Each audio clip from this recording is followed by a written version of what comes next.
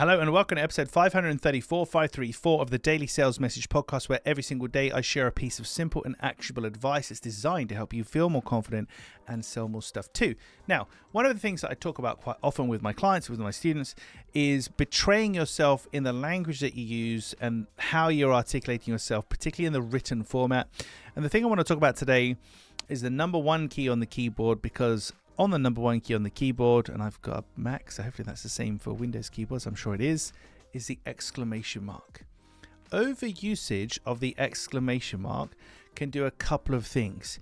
It can come across as being too keen, too needy, and you're kind of like, oh yeah, great, everything's wonderful, lots of exclamation. You're trying to be too keen, too nice in a way, trying to scurry things along.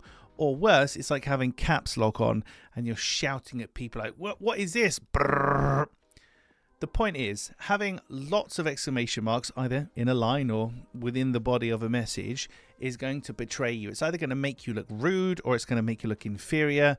And you should be using exclamation marks, well, probably not really at all necessarily in professional emails, but certainly as sparingly as possible, because it only really has, as far as I'm concerned, a negative connotation, and the more that you use it, the worse that gets. So the more rude I think you are, or the more kind of inferior, needy and wet I might think you are.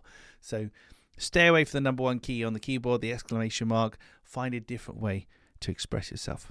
Right, that's it for this telling off edition of the podcast. You have been told off. Tomorrow in episode 535, we're talking about reverse selling. You've heard of reverse psychology. This is reverse selling. I'll explain more tomorrow what it is, how you can use it.